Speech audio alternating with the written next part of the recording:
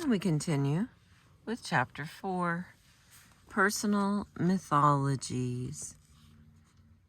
Whenever a cataclysmic disaster occurs, the individual, whether a child or an adult, needs to make sense of what has happened. Sometimes the event is so shattering that one's beliefs and assumptions about the world are permanently rent.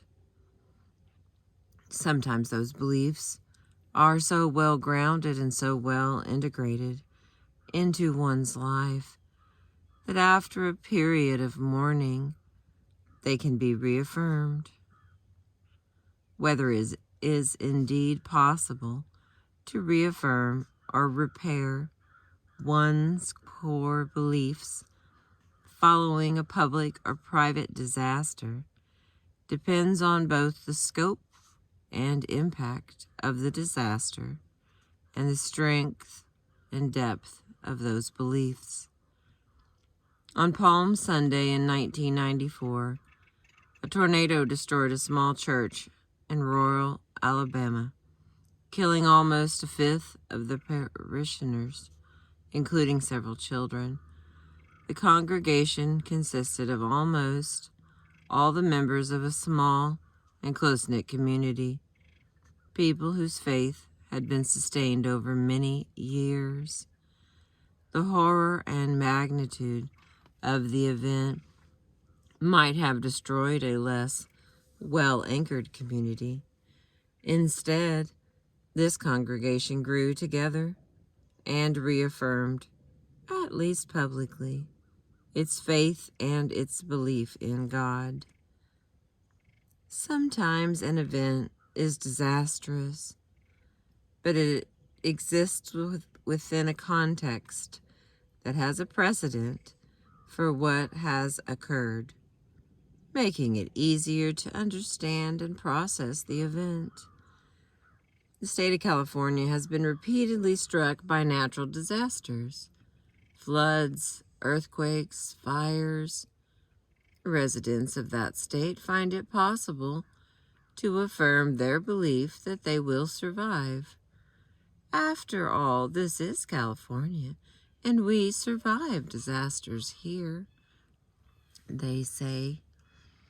Californians have developed a world view that includes natural disaster, a view that asserts that life in California is well worth the risk of some natural calamity. Moreover, this worldview incorporates the idea that people survive disaster. Life goes on, and through strong will and determination, people pick up and continue with their lives. When faith is not fully established, when a worldview has not been solidified and integrated into one's life, or when there is no precedent for disaster, a calamitous event, like the death of a parent, will shake the order of things in a fundamental way.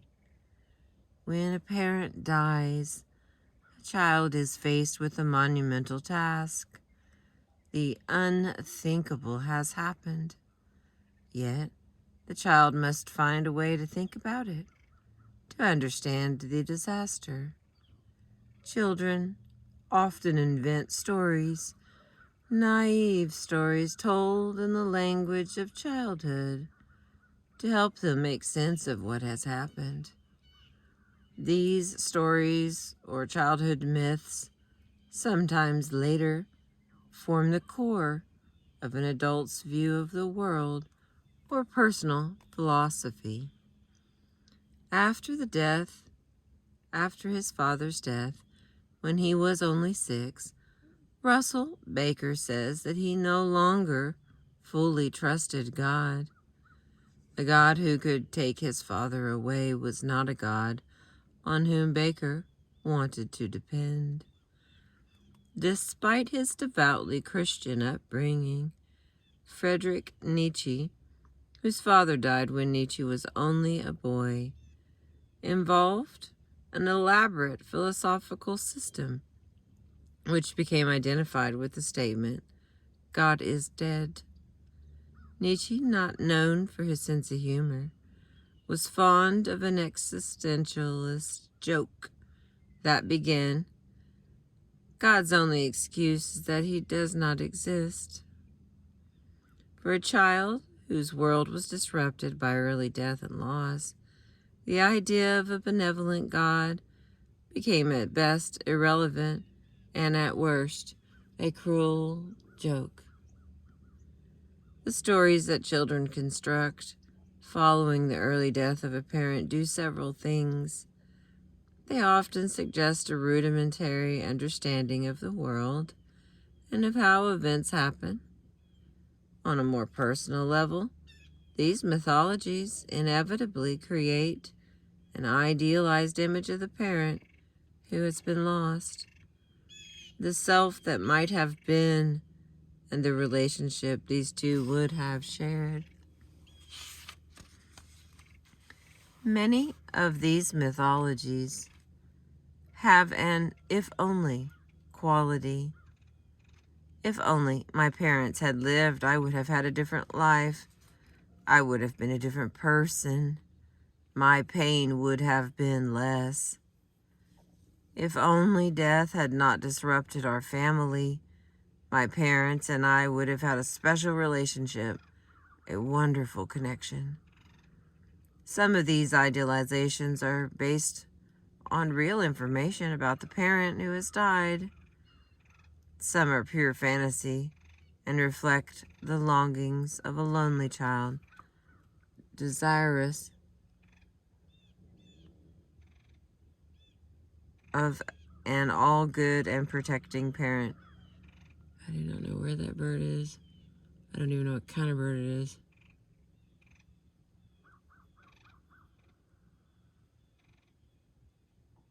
I swear it's a bird anyway.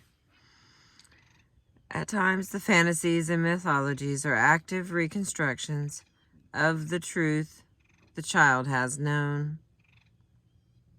Death provides an opportunity for recreating the lost parent and the destroyed relationship.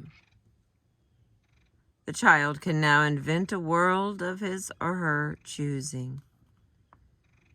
Sometimes the personal mythologies developed after the death of a parent are short-lived. They serve to help a child bridge the time of most intense and acute mourning. Other times the mythologies last a lifetime, forming the core of a worldview that a child carries into adulthood, sometimes as a treasured legacy of the past, sometimes as unwanted baggage.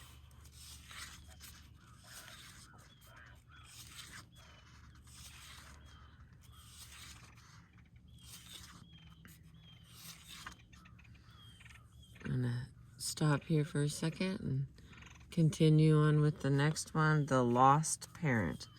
Thank you for listening. I appreciate you.